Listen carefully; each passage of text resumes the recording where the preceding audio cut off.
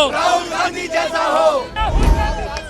जिंदाबाद जिंदाबाद राहुल गांधी जिंदाबाद जिंदाबाद जिंदाबाद। आओ ना सामना करो। अरे न्याय की जीत हुई है, कुछ हासिल नहीं हुआ, सच साबित हुआ। सच सच ही होता है। बिल्कुल फंसाने की कोशिश करी थी और फंसाने की कोशिश नहीं होती तो कोर्ट इस मुद्दे को आगे लेके जाता। राहुल गांधी जी ने दबाव नहीं किया, न्याय प्रणाली से बाइज्जत बरी हुए। मोदी मुंह छुपाने के लिए विदेश के भाग गया। मोदी जी जितना जुल्म कर ले, ये कांग्रेस के कार्यकर्ता न डरे हैं न डरेंगे, चाहे जो मर्जी कर ले। सरकार ने जिस तरह से विपक्ष को दबाने और कुचलने की जो साजिश की थी, आज उसका पर्दाफाश हो चुका है। निकम्मापन ईडी का और प्रधानमंत्री अमित शाह का इशारे पर जिस तरीके दो जनों को फंसाने की कोशिश की, आज तमाचा लगा देश के प्रधानमंत्री पर भी और गृह मंत्री पर भी। तो आज हम मौजूद हैं कांग्रेस दफ्तर के सामने, जहां पर दिल्ली में एक बड़ा प्रदर्शन किया जा रहा है और सीधे लोगों से बात कर लेते हैं। सर क्या कहेंगे, जो आरोप लग रहे थे उनको लेकर आज जो ये प्रदर्शन किया जा रहा है उसमें क्या चीजें हैं? क्या राहुल गांधी को फंसाने की कोशिश की जा रही है जैसा आप कह रहे हैं? बिल्कुल फंसाने की कोशिश करी थी और फंसाने की कोशिश नहीं होती तो कोर्ट इस मुद्दे को आगे लेके जाता। फंसाने की कोशिश ही करी है और फंसाने की कोशिश में ही कोर्ट ने इसको खारिज करा है। और आज हम इस तानाशाही सरकार के लिए यहाँ एक बड़ा प्रदर्शन कर रहे हैं ताकि वो कल को किसी और नेता को ईडी के चक्कर में ना फंसाए और मोदी सरकार होश में आए और राजनीति के तरीके से आगे जाए। किसी को जुमलेबाजी से नहीं, किसी को फंसाने के लिए नहीं, सीधी सीधी राजनीति करनी चाहिए। लोग एक बड़ा आरोप भी लगा रहे हैं कि जब मोदी डरता है पुलिस को आगे करता है, ईडी को आगे करता है। क्या ये कहां तक सही है, क्योंकि ये तो स्वतंत्र एक हमारी एजेंसियां भी हैं। अभी आप देख सकते हैं पुलिस ने, अब हमारा प्रदर्शन है ये, पुलिस ने आगे बैरिकेड कराया तो पुलिस को आगे करती है मोदी सरकार और ईडी को आगे करती है मोदी सरकार।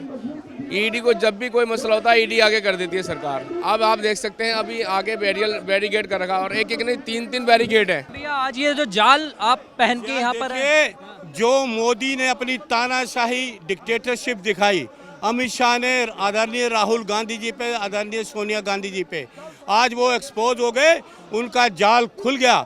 न्याय की प्रणाली में विश्वास किया राहुल गांधी जी ने। राहुल गांधी जी ने कोई दबाव नहीं किया, राहुल गांधी जी ने दबाव नहीं किया, न्याय प्रणाली से बाइज्जत बरी हुए। मोदी मुंह छुपाने के लिए विदेश के भाग गया। मोदी इस देश को छोड़ के भाग गया। आओ ना सामना करो। अरे न्याय की जीत हुई है, कुछ हासिल नहीं हुआ, सच साबित हुआ। सच सच ही होता है। ये झूठ की बुनियाद पे जितने भी इन्होंने मुकदमे बनाए सब खारिज हो गए। ये झूठ के लोग हैं, झूठ की सरकार है ये। शेर कैसा हो, राहुल गांधी जैसा हो। क्या कहेंगे सर, ये जो चीजें हो रही हैं? तरीके निकम्मापन ईडी का और प्रधानमंत्री अमित शाह का इशारे पर जिस तरीके दो जनों को फंसाने की कोशिश की, आज तमाचा लगा देश के प्रधानमंत्री पर भी और गृह मंत्री पर भी। हम इनकी ईडी से न डरे थे न डरेंगे, हम लड़े थे, हम लड़ेंगे, हम चले थे, हम चलेंगे। ये मोदी जी जितना जुल्म कर ले, ये कांग्रेस के कार्यकर्ता न डरे हैं न डरेंगे, चाहे जो मर्जी कर ले। हाँ, जो मर्जी कर ले। नेशनल हेराल्ड सत्यमेव जयते, नेशनल हेराल्ड सत्यमेव जयते। न डरे हैं न डरेंगे बीजेपी से, चाहे वो कितना जुल्म कर ले, कार्यकर्ताओं को सबका बंद कर दे, न हम डरे न डरेंगे। सर आज जो ये प्रदर्शन किया जा रहा है और इसमें जो आरोप लगाए जा रहे हैं बीजेपी के ऊपर, उसको लेकर आप क्या कहेंगे? बिल्कुल ये तानाशाही के खिलाफ हमारा प्रदर्शन है। जो बीजेपी और भाजपा की सरकार ने जिस तरह से विपक्ष को दबाने और कुचलने की जो साजिश की थी, आज उसका पर्दाफाश हो चुका है। मुझे याद आता है उस दौरान मैं दिल्ली कांग्रेस का अध्यक्ष था और जिस तरह से राहुल जी और सोनिया जी को और कांग्रेस के वरिष्ठ नेताओं को परेशान करने की जो साजिश रची गई थी, आज उसका पर्दाफाश हुआ है। माननीय कोर्ट ने सीधे तौर पर यह तय कर दिया है कि आप बगैर साक्ष्यों के साथ, बगैर किसी एविडेंस के साथ यदि इस तरह की आप चार्जशीट पेश करेंगे तो वो स्वीकार्य नहीं है। इट मीन्स कि ये लोग पे जो आरोप लगाए गए थे पूरे निराधार थे, साजिशनपूर्ण थे और ये तय हो चुका है। और एक बात की और एक जो सबसे बड़ी महत्वपूर्ण बात है कि जो लगातार कांग्रेस पार्टी राहुल जी कह रहे थे कि विपक्ष को दबाने और कुचलने की जो कोशिश भाजपा करती है वो इस बात से भी सिद्ध होती है। तो कांग्रेस आज इसीलिए भाजपा के तानाशाही रवैये के खिलाफ सड़कों पर है।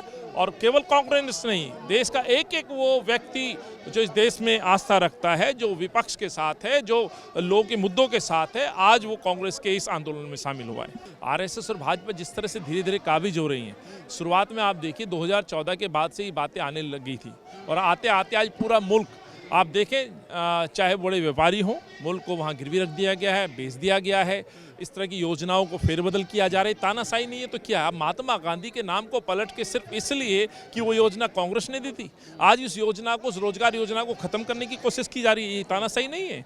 आप यदि आंकड़ों को लेकर के इस देश के तमाम उन विषय को कब्जाना चाहते हैं जो विषय देश के हैं, चाहे रोजगार की बात करें, यहाँ के संसाधनों की बात करें, आप देखिए क्या हो रहा है। तो ये तो सर्वविदित है कि तानाशाही चल रही है, मनमानी चल रही है, और इस तानाशाही और मनमानी के खिलाफ एक व्यक्ति है जो डटा हुआ और खड़ा हुआ है, उसका नाम है आदरणीय राहुल गांधी।